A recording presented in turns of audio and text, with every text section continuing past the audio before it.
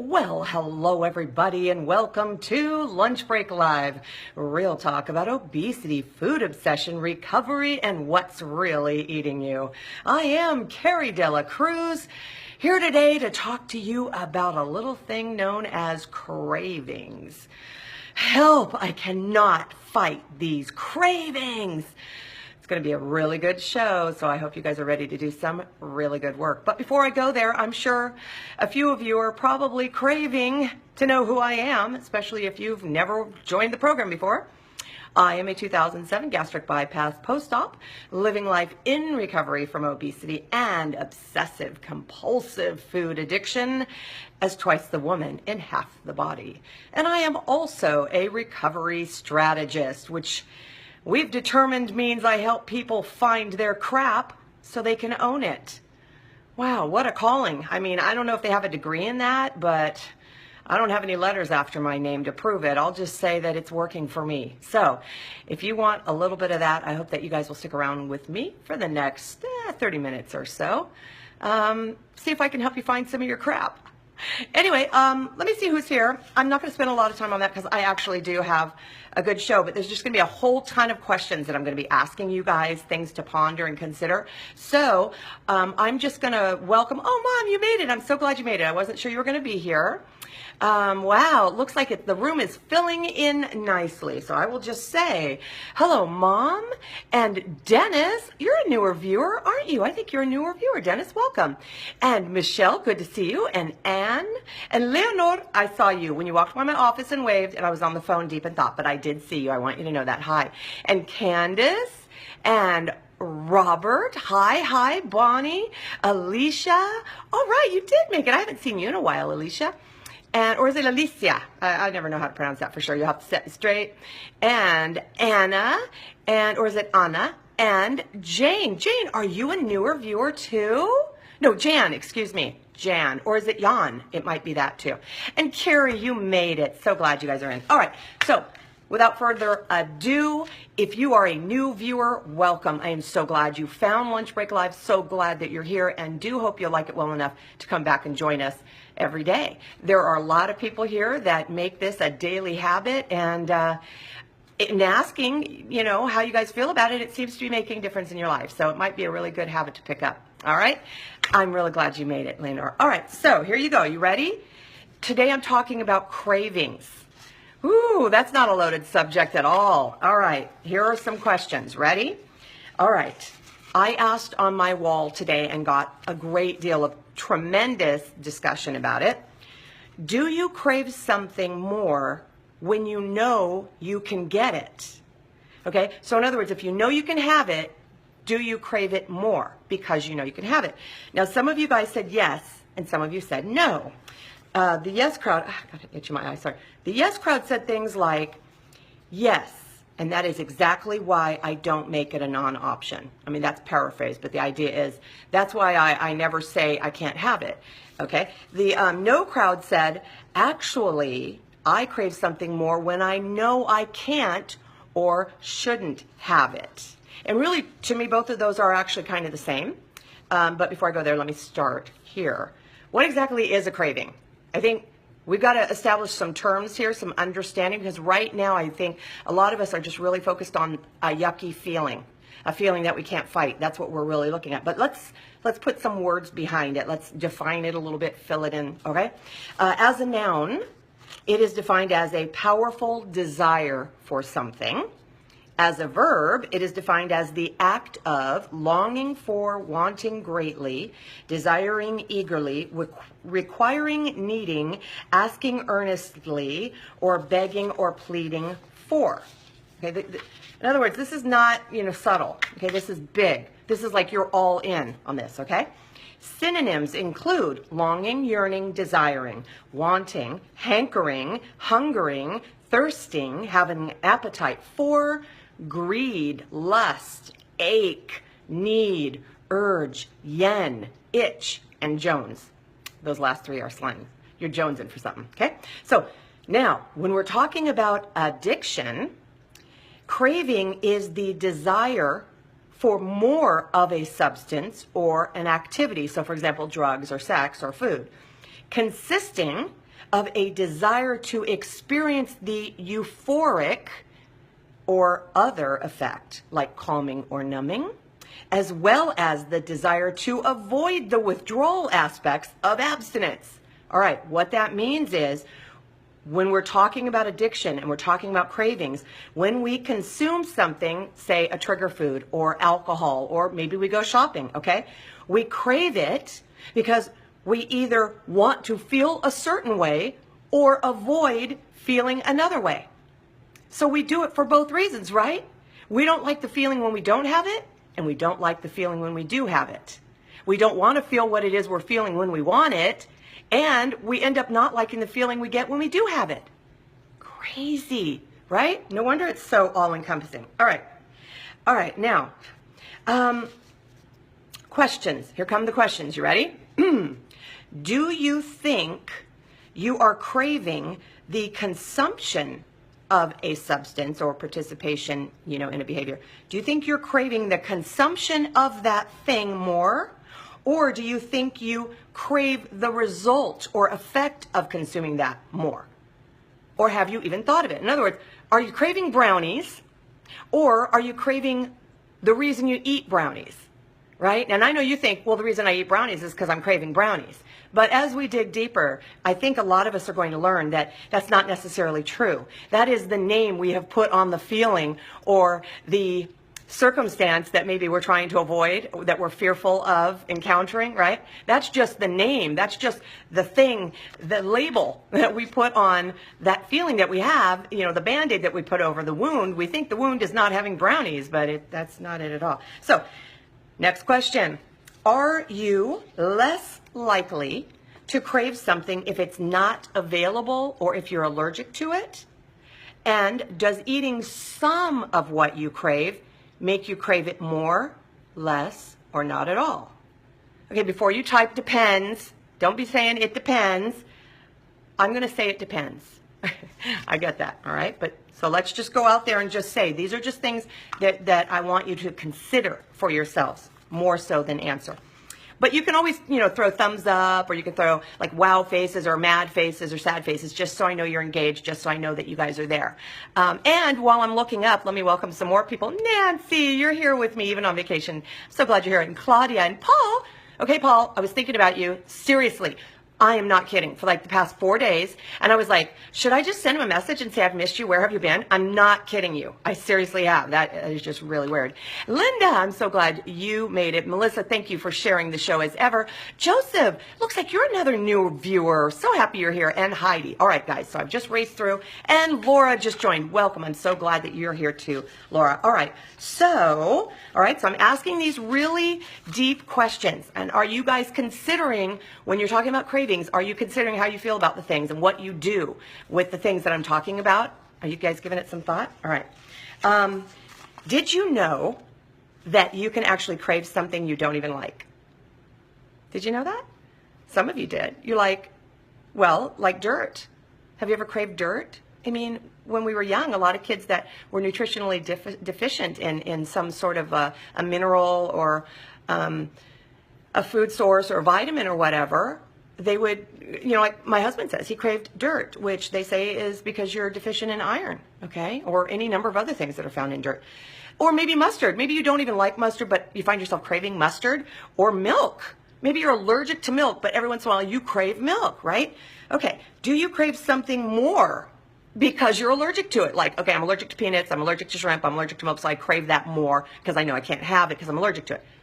Do you find that happens to you?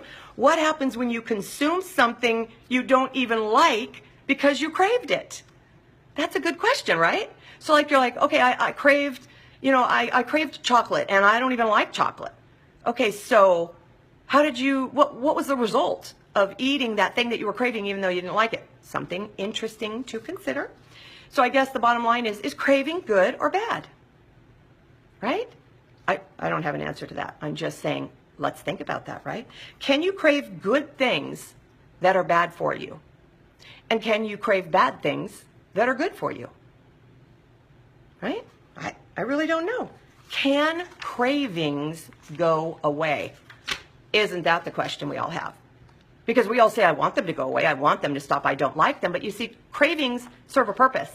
They serve a purpose. And sometimes it is a healthy purpose, like craving dirt, because your body is screaming, saying, I need what? Iron, or I need other minerals, right? Or whatever other thing. I need potassium, so I'm craving bananas or, sweet potatoes or whatever. You know what I'm saying? Cravings, by their nature, are not necessarily problematic if they're pointing you in the direction of getting a problem solved. Especially if maybe there's an emotional issue under all of this craving, right?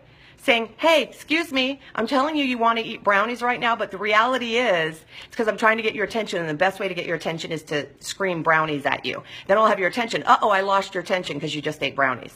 See? So don't be in quite such a hurry to eliminate cravings, because those cravings could be telling you something, and usually are. Okay? All right. Can seeing something make you crave it more? I think we would say, yeah.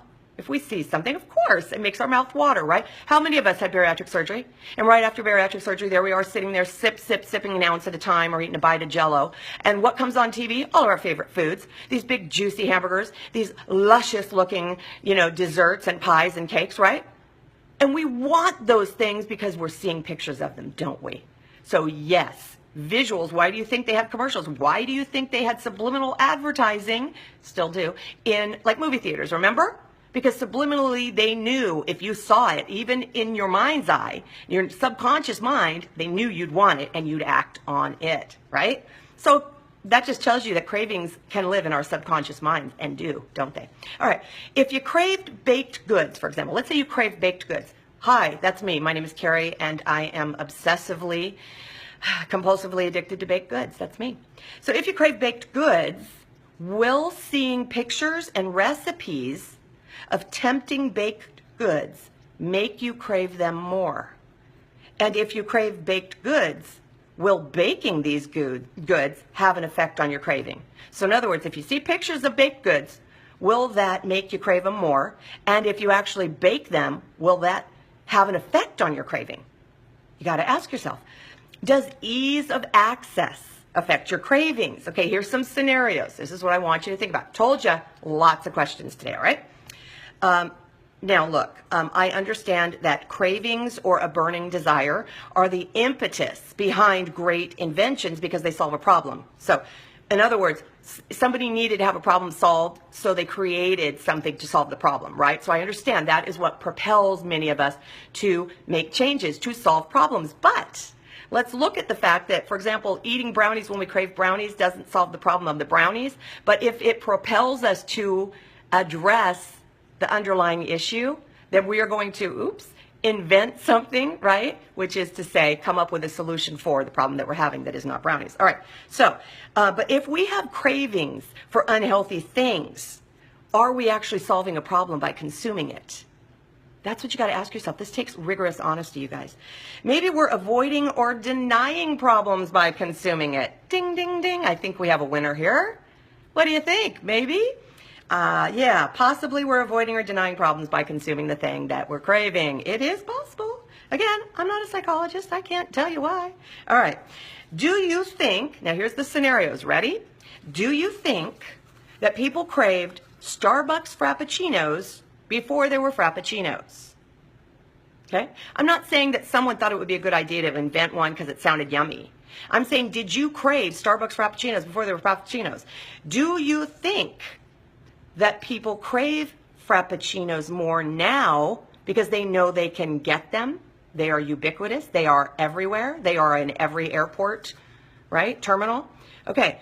Do you think people crave Frappuccinos more now that they don't have to get out of their car to even get one? Drive through Starbucks, anyone? I don't even have to get out of my car. In other words, does pervasiveness or ease of access have an effect on cravings? The fact that they are omnipresent and readily accessible, do you think that has an effect on cravings? Before there were drink holders in cars, now we have 9, right? 10, 12. Did you drink in your car? Well, maybe I did, maybe I didn't.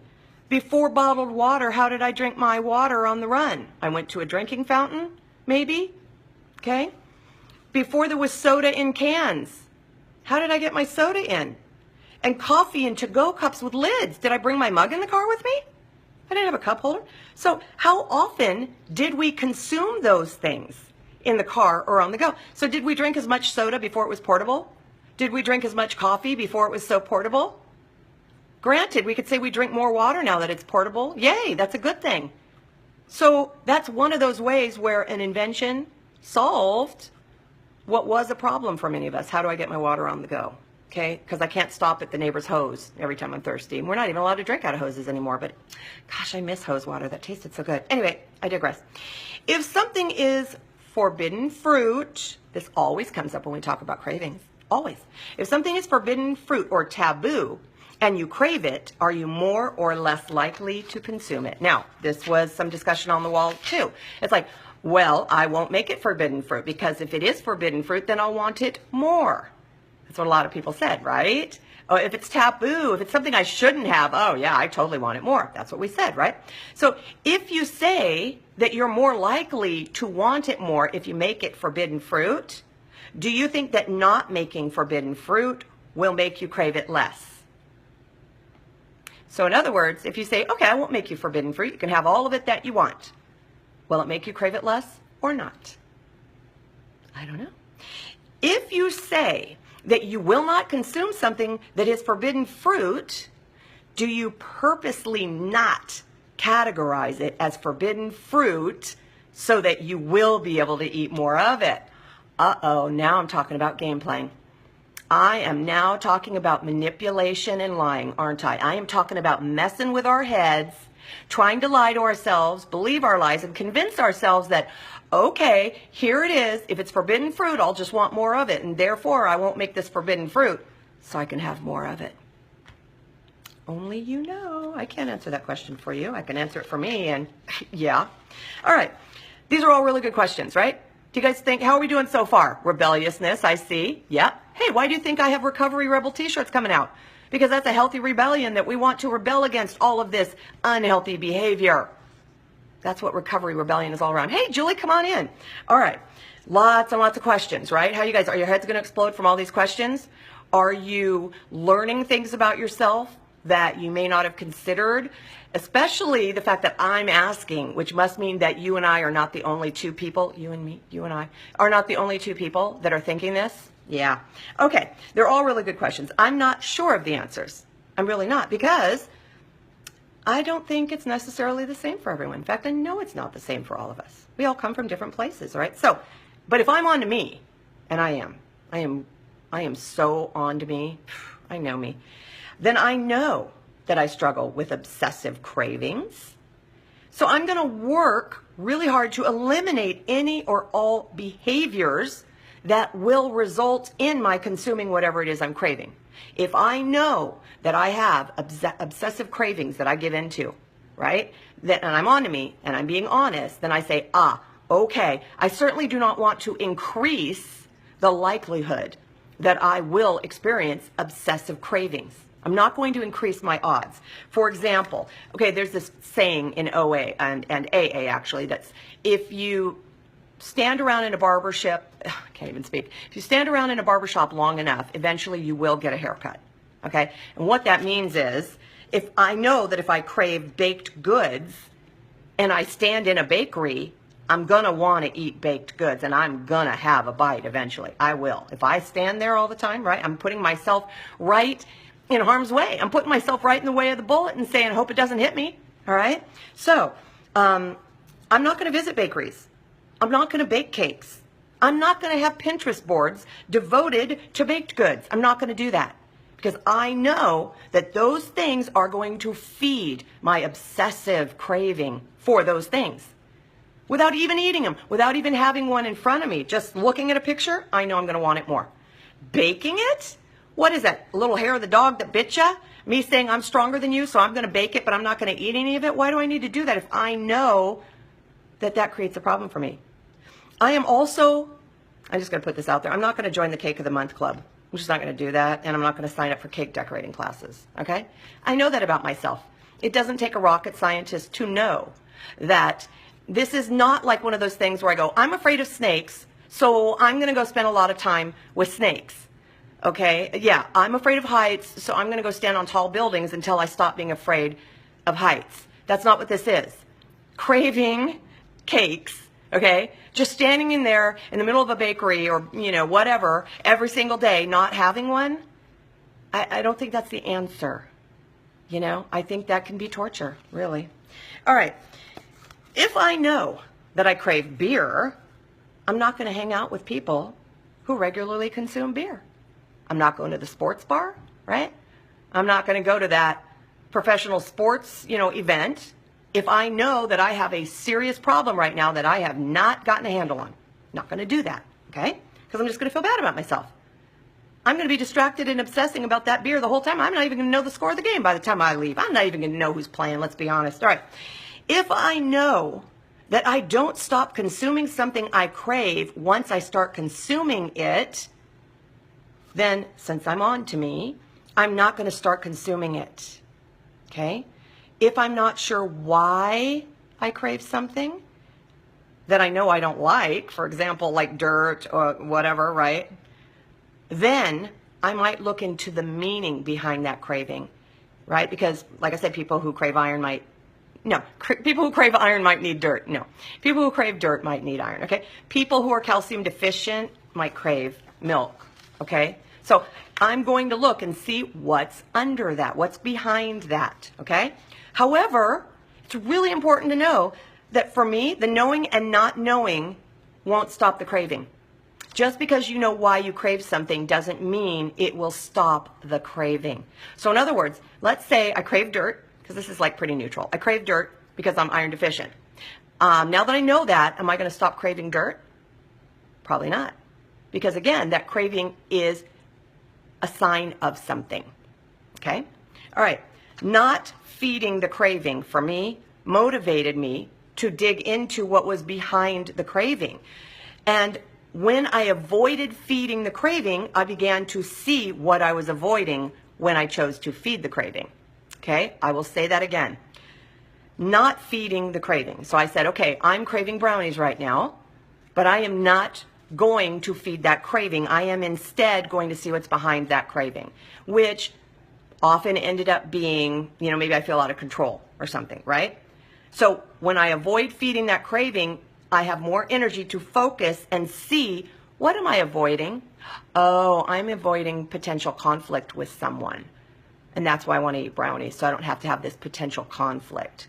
See what I'm saying? But if I'm busy eating the brownies, I'm never going to get to that. I'm never going to figure out what I'm trying to avoid because I'm going to eat the brownies. Okay. Here's an example for you guys. And you've heard, if you've spent any time with me, you'll know. I craved Fruit Loops like nobody's business. Like a crazy woman. Fruit Loops. I mean, I could eat the whole box, no problem. And I'm talking the big box, not the mini box. Yeah, even after bariatric surgery, I did. Even after bariatric surgery, I could consume a box. Just give me time. Now, I didn't understand why I craved them. And that was kind of my big thing. Why? Why do I crave them? I just figured I craved them because, they were sugary. I love sugary treats, and I love sugary cereals. So that's why I crave them, of course. Duh. Okay. But knowing that, believing that, didn't temper the craving in the least. Oh, okay, so I know why, because I crave sugary things, sure. Still want them. Yeah, didn't help the craving at all, okay? So one day, I made this crazy connection between my craving for Fruit Loops and the reason I probably craved them. You ready? When I was a child, Mom, do not get worked up over this. I have told you it is not your fault, and I do not blame you even a little bit, okay? So don't go there. I just need you to listen to me instead of going to that place of sadness. Don't go there. All right. When I was a child, my mom would treat us with those small little boxes, the little variety pack of Fun cereal, usually when we went camping, sometimes first week of school. And we didn't have this because it was junky, and also, as I mentioned on a previous show, my brother's diabetic, and we didn't want to have junky garbage around. But for some reason, I guess it was okay to have junky garbage around while we were camping. Again, not judging you, Mom. All right, so the cool thing was you could eat them right out of the box. You just put the milk right into this little plastic thing and, whatever, you could eat it. And we only got them on special occasions, right? But my brother always got first choice of the cereals. Every time. I don't know what that was all about. Mom, I think you felt sorry for him. I mean, let's just be honest about it. Why else would you let him pick first every time? And she says, I didn't know I was letting him pick every time. Of course you didn't. He guilted you into it. When are you going to learn? Anyway, he got the Fruit Loops. Every single time. He got the... I'm not bitter about it. I mean, I'm working through it. I'm over it. I've had 5 years of therapy because he got the Fruit Loops. Anyway, here's the thing you got to understand. It wasn't just Fruit Loops, because legendarily, even though we did alternate choices, okay, he got all the good ones, because he would switch the bags of sugar cereal and put them in the boxes of boring cereal. He'd open the bottom and he would shove, the yucky cereal into the fun boxes. And then I would pick, so even if I picked the fun boxes that were fully intact, initially, by the time he got to them when I wasn't looking, they were no longer fun cereal. So in other words, he'd hide the Sugar Pops in the shredded wheat box. Okay. So he had the shredded wheat and I had the Sugar Pops. And then I open it and I'm like, I thought it was going to be Sugar Pops and it was shredded wheat. And I'm like, huh. Well, he'd already eaten his shredded wheat, so there's no way on earth I'm going to get the Sugar Pops, am I? I'm stuck with shredded wheat. So there was no hope for me, right? I didn't get the fun cereal. I was also a little dense, apparently. Very slow on the uptake. I mean, let's be honest. I've talked to you about the fact that I'm oblivious to the obvious. I kept missing the fact that he was always hiding his cereal, and he was always done with his before I got to mine. But again, these are just issues that I've worked through. I was a very trusting child. When I was young. I think that's probably the best way to say it. So it never occurred to me that if he could switch one box, he probably would and did switch all of the boxes. And that is why I crave Fruit Loops. I crave Fruit Loops because I never got them, which, by the way, did not stop me from craving them. I now knew what happened. All right, I never got them, so I wanted them more. Okay, now I can have them anytime I want. Still want them, and I want them even more. But here's the thing. It shone a spotlight on the issues that were underneath that craving for the Fruit Loops, namely trust and fairness. Trust and fairness, very big themes for me, because I did not think it was fair that he always got to pick first, and I learned not to trust that I'd always get what I wanted, even if I picked it. So as it turned out, fairness and trust, really big issues for me. And guess what? They were quite often the culprits behind my cravings, which I only learned because I stopped feeding the cravings long enough to listen. Okay? Since I didn't trust that my treat would be there for me when I expected it to be there, I'd consume it now, right now, while I have it, because I couldn't trust that it would be there later, right? And I didn't trust that there'd be enough of it if I wanted more. Therefore, I would consume more than enough of it now. So what was I really craving? Was I craving the treats, or was I craving the trust? Okay? If things didn't go my way, it wasn't fair. So I would make sure I got my way by eating whatever I wanted, whenever I wanted it. So did that make it more or less fair? I wanted to be able to eat like everybody else. Like the skinny people. Like skinny people eat because they can eat whatever they want. But I couldn't. And that was not fair. So I ate as much as I wanted of whatever I wanted because I was convinced that was what skinny people did. And to be fair, I should and ought to be able to do that too. I wanted to be able to eat like everyone else. Okay? So I convinced myself that consuming what I craved would give me what I wanted, even though what I consumed wasn't really what I wanted at all.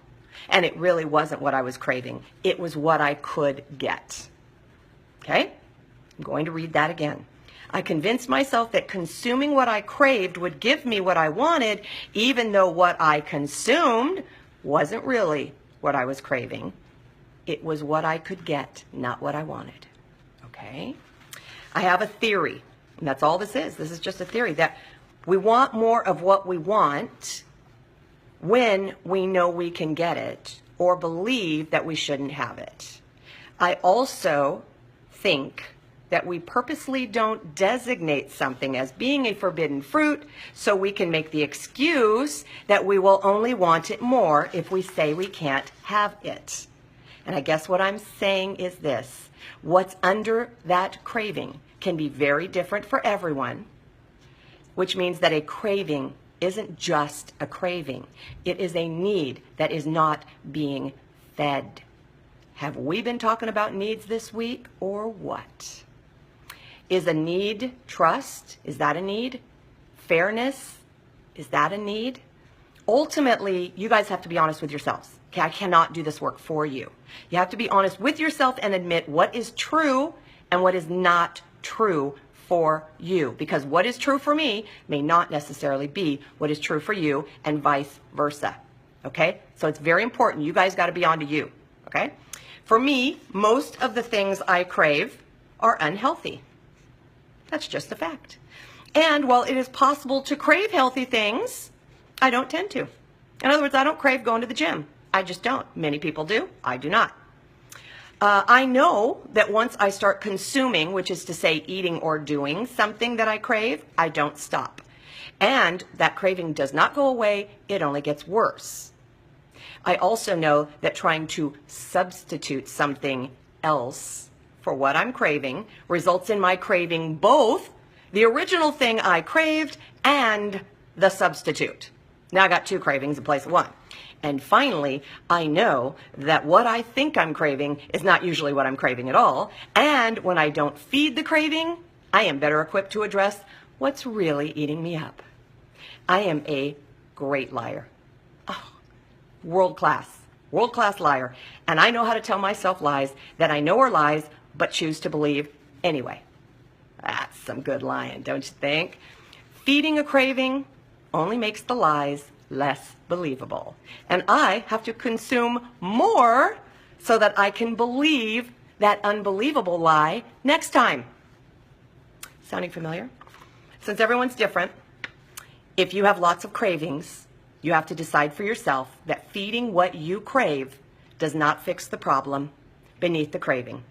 And it usually results in making it worse, both the craving and the problem. Thus, a really good way to deal with a craving is to not feed it. It is the easiest hard thing you will probably ever do. But the more you do it, the easier it will become. That's all I got to say about that. Actually, I have a lot more to say about that, but your heads will explode. Okay, so I'm going to leave it there. And I'm going to read your comments because I'm eager to hear what it is that you guys were talking about. And again, like yesterday, because this was a long show, there's a lot of content here. A lot. There are a lot of questions that you have to ask yourselves, okay? You have to look at what's underneath that craving. And that takes courage, doesn't it? It takes honesty. It takes the willingness to say no to yourself, to be a grown-up, to show up and grow up, okay? So I'm going to leave you with that for a Friday and give you plenty of stuff to work on this weekend. Isn't that nice of me? And then I promise I'll come back and we'll put it all together on Monday. How's that? I'm going to sign off for now and remind you all to grab hold of that courage that you need to work through this craving stuff, okay? Seek peace, embrace joy, and above all, live your recovery. Remember, you can't stop feeding what's eating you if you don't know what's eating you. I'll see you guys next week. Take care. Share the show. Bye.